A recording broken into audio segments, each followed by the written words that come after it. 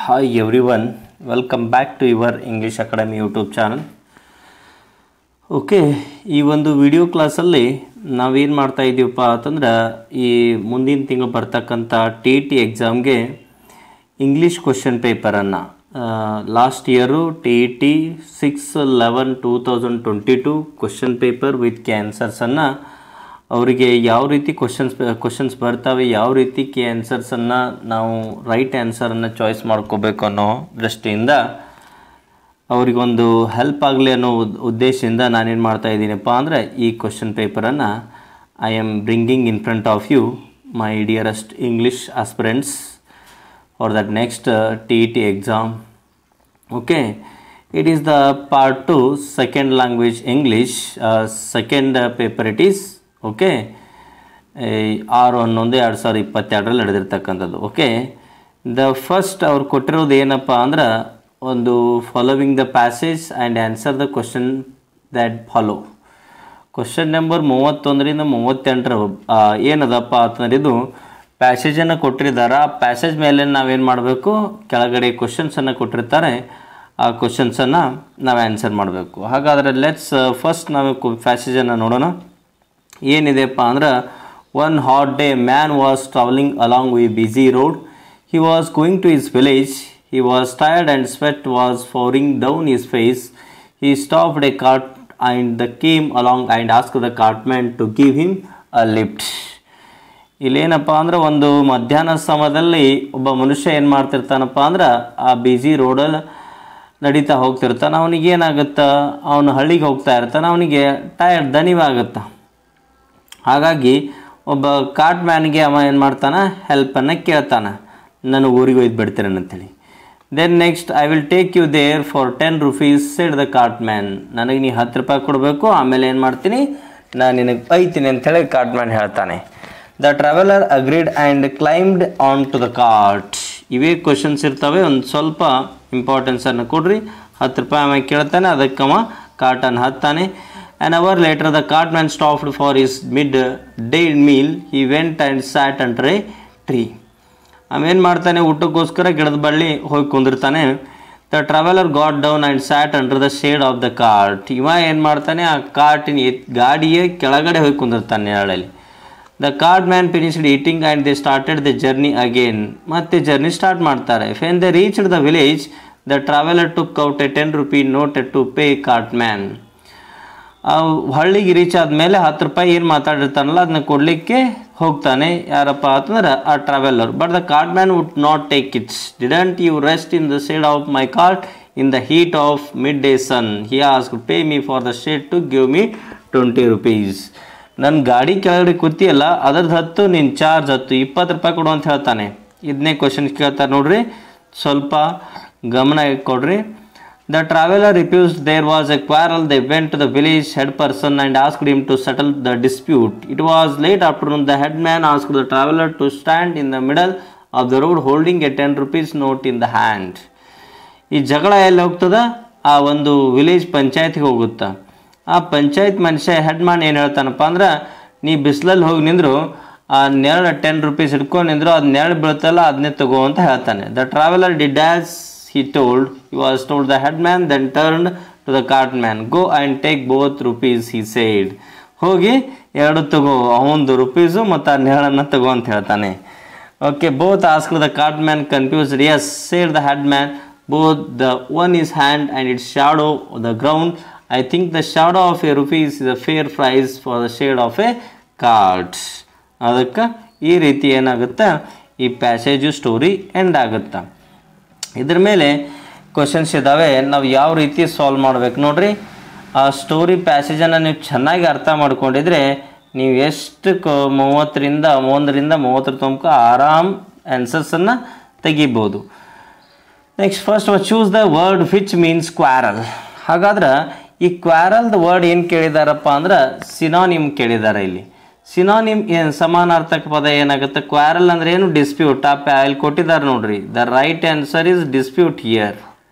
Okay, this is the right answer. Confuse ಆಗಲ್ಲ, reveal ಕೂಡ ಆಗಲ್ಲ, ರಿಫ್ಯೂಸು ಕೂಡ ಆಗಲ್ಲ. The right answer is 1 here. Refuse ಅನ್ನೋದು ಏನಾಗುತ್ತೆ, ಇಲ್ಲಿ ರೈಟ್ ಆನ್ಸರ್ ಆಗುತ್ತೆ. ಸಾರಿ, dispute. Sorry. Here the first one is the right answer is the dispute. Okay. Like you can write that right answer here. Okay. It is the 31st answer. Then next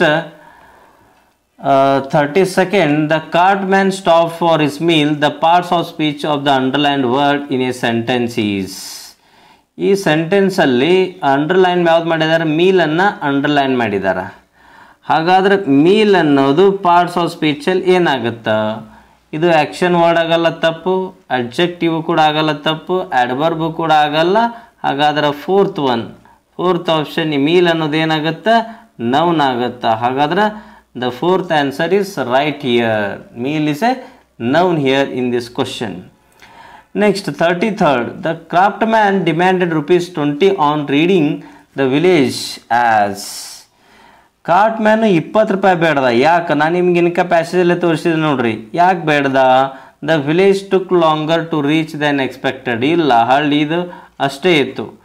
he felt that the traveller was rich. Traveller ಅದನ್ನ ಅವನು ಅಂದ್ಕೊಂಡೇ ಇರಲಿಲ್ಲ. He felt that the traveler had to pay for the ride and the seat the traveler had received from the cart. Yes, it is the right answer. Third one is right answer because ಅವನು ಒಪ್ಕೊಂಡಿರೋದು ₹10 ಟ್ರಾವೆಲ್ಗೆ. ಇನ್ನೊಂದು ಏನಪ್ಪ ಅಂದರೆ seed, ಆ ಗಾಡಿ ಕೆಳಗಡೆ ಕೂತಿರ್ತಾನಲ್ಲ, ಅದಕ್ಕೆ ಹತ್ತು ನೀ ಏನು ಮಾಡು, ₹20 ಕೊಡು ಅಂತ ಬೇಡಿರ್ತಾನೆ. This is the right answer. Third one is right answer here. Okay, the fourth one is also wrong. ಯಾಕಂದ್ರೆ ನಮ್ಗೆ ಪ್ಯಾಸೇಜ್ ಗೊತ್ತದ, ಚೆನ್ನಾಗಿ ಓದ್ಕೊಂಡಿದ್ದೀವಿ. Next 34th, the headman told the traveller to stand in the middle of the road holding a ₹10 note in his hand and side. ಏನು ಹೇಳ್ದ?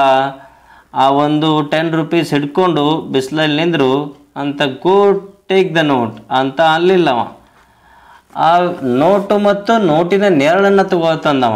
S, go take both the notes. ಯಾವುದು? ಒಂದಿಲ್ಲಿ note ಅದಲ್ಲ, ಅದರ ನೆರಳು ಕೇಳಿ ಏನು ಬೀಳ್ತದಲ್ಲ, shadow, ಎರಡೂ ಕೂಡ ತಗೋತಂದವ. ಹಾಗಾದ್ರೆ our right answer is here. Option 2 is right answer here. Okay, then 3 and 4 wrong. Don't worry about that remaining answers. ಯಾಕಂದರೆ ಇಲ್ಲೇ ಗೊತ್ತಾಗ್ಬಿಡ್ತದೆ ನಮ್ದು ರೈಟ್ ಯಾವುದು. Next 35, the traveler wanted a lift because. Lift ಬೇಕಾಗಿತ್ತು ಟ್ರಾವೆಲರ್ಗೆ. ಯಾಕೆ? he wanted to go to his village in a cart. ಇಲ್ಲ, he was tired. ಅವನು. Yes, it is the right answer. 35 second one is right answer. ಯಾಕಂದ್ರೆ ಅವನಿಗೆ ದಣಿವಾಗಿತ್ತು, ಅದಕ್ಕೋಸ್ಕರ ಅವ ಏನು ಮಾಡ್ದ? ಲಿಫ್ಟನ್ನು ಬೇಡ್ದ. Okay, 3, 4 don't worry about that remaining options. ನಮ್ಗೆ ಬೇಕಾಗಿದ್ದು answer. Okay, next question number 36. What is that? 36 ಏನಿದೆ 36 question number? the cartman agreed to take the traveler because. the cartman ಒಪ್ಕೊಂಡ. ಯಾಕೆ ಒಪ್ಕೊಂಡ ಟ್ರಾವೆಲರ್ಗೆ? ಯಾಕಪ್ಪ ಅಂದ್ರೆ he pitied his plight. ಅಲ್ಲ. he wanted to cheat the traveler. ಅಲ್ಲ. Next, the traveler agreed to pay ₹10. Okay, it is the right answer. Traveler ಏನು ಮಾಡ್ದ? ಒಪ್ಕೊಂಡ. ₹10 ಕೊಡ್ತೀನಿ ಅಂತೇಳಿ ಒಪ್ಕೊಂಡಲ್ಲ, ಅದಕ್ಕೋಸ್ಕರ ಅವ ಒಪ್ಕೊಂಡ. Then here is the option 3 is the right answer. 4 is wrong. ಪ್ಯಾಸೇಜಲ್ಲಿ ಚೆನ್ನಾಗಿ ಅದಕ್ಕೆ ಓದ್ಕೋರಿ ಅಂತ ಹೇಳಿದೆ, ನಾನು ಕನ್ನಡದಲ್ಲಿ ಹೇಳಿದ್ದೀನಿ. Next 37th, the traveller refuse to pay ₹20 as fare because. ₹20 ಕೊಡಲಿಕ್ಕೆ ಏನು ಮಾಡ್ದ? ಟ್ರಾವೆಲರ ರಿಫ್ಯೂಸ್ ಮಾಡ್ದ. ಯಾಕೆ? He had agreed to pay only ₹10. Okay, ಅವ ಏನು ಮಾಡಿದ್ದಪ್ಪ ಅಂದ್ರೆ ₹10 ಅವನದು ಏನಾಗಿತ್ತು ಆಗಿತ್ತು. ಇವ ನೆರಳಿಂದಷ್ಟು ಬೇಕಂತೇಳಿ ಬೇಡ್ದ, ಅದಕ್ಕೆ ಕೊಡಲಿಕ್ಕೆ ಆಗಲಿಲ್ಲ ಅವನಿಗೆ. ಹಾಗಾದ್ರೆ right answer is option 1 is here. The second one is wrong, third one is wrong, fourth one is wrong. Don't he did not have ₹20 ಅವನ ಬಲ್ಲಿ ಇತ್ತು, ಅದು ಗೊತ್ತಿಲ್ಲ. ಬಟ್ ಚಾರ್ಜ್ ಅಷ್ಟೇ ಕೊಡ್ಬೇಕು. He did not have change, ಅದು ಕೂಡ ಅಲ್ಲಿ ಮೆನ್ಷನ್ ಮಾಡಿಲ್ಲ. He wanted to cheat the cart driver, ಅದು ಅಲ್ಲೇ ಅಲ್ಲ. Okay, then the right answer is option 1 is the right answer. Next 38. What is that 38th question? We will see now. The opposite for the word refuse. Refuse the antonym. Opposite word means antonym. Antonym means ವಿರುದ್ಧಾರ್ಥಕ ಪದ. ಎದರ ವಿರುದ್ಧಾರ್ಥಕ ಪದ? ಎದರದು? ರಿಫ್ಯೂಸ್ದು.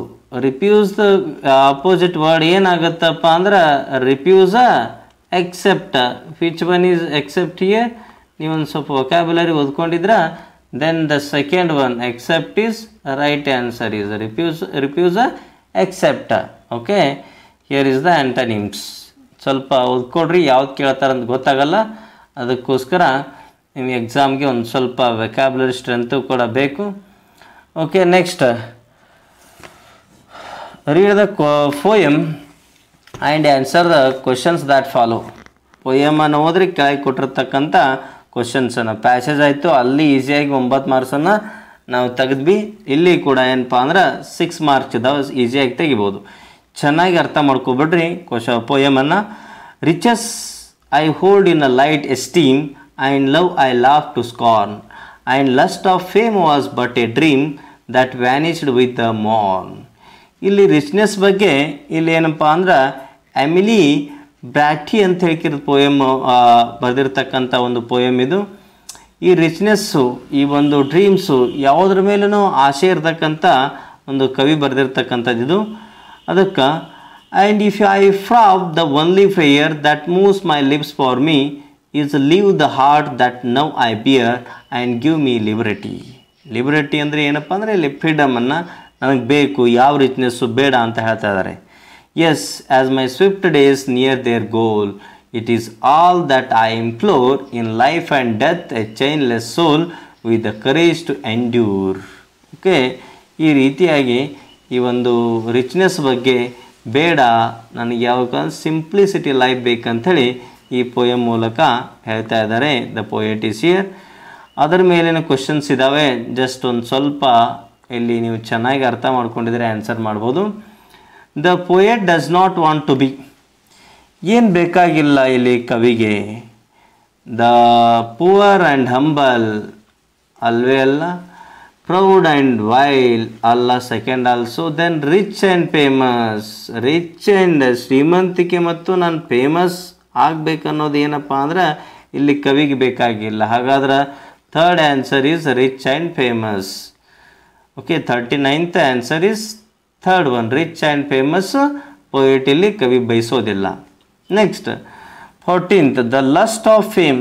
The lust of fame ಅಂದರೆ ಏನಿಲ್ಲಿ? Multiplies. Multiply ಅಂದರೆ ಹೆಚ್ಚಾಗ್ತಾ ಹೋಗೋದು. Diminishes means it is also wrong. Then third one vanishes. The third option is vanishes is the right. Vanishes means ಎಲ್ಲ disappear, ಮುಗಿದು ಹೋಗೋದು ಅಥವಾ ಕಣ್ಮರೆ ಆಗೋದು. ಇಲ್ಲಿ ರೈಟ್ ಆನ್ಸರ್ ಏನಾಗುತ್ತೆ? Third one, vanishes. A lust of fame means vanishes. Next 41 in this poem the word liberty refers. Liberty ಅನ್ನೋ ಶಬ್ದ ಯಾವುದನ್ನು ರೆಫರ್ ಮಾಡುತ್ತೆ? ದಟ್ ಈಸ್ ದ ಲೈಫ್ ಅಲ್ಲ, ಡೆತ್ ಅಲ್ಲ, ರಿಚ್ನೆಸ್ ಅಲ್ಲ. Then the fourth is here, the liberty refers that freedom. Okay, liberty ಅನ್ನೋದು ಏನು refer ಮಾಡುತ್ತಪ್ಪ ಅಂದರೆ ಇಲ್ಲಿ ಫ್ರೀಡಮನ್ನು ರೆಫರ್ ಮಾಡುತ್ತಾ. It is the right answer. Next question number 42. 42 ಅಲ್ಲಿ ಏನಿದೆ? The poet says love I love to scorn. This is the because. ಯಾಕೆ ಹೇಳ್ತಾರೆ love I love to scorn? She does not believe in love. ಆಕೆಗೆ ಅಲ್ಲಿ ಪ್ರೀತಿಯಲ್ಲಿ ನಂಬಿಕೆ ಇರಲಿಲ್ಲ.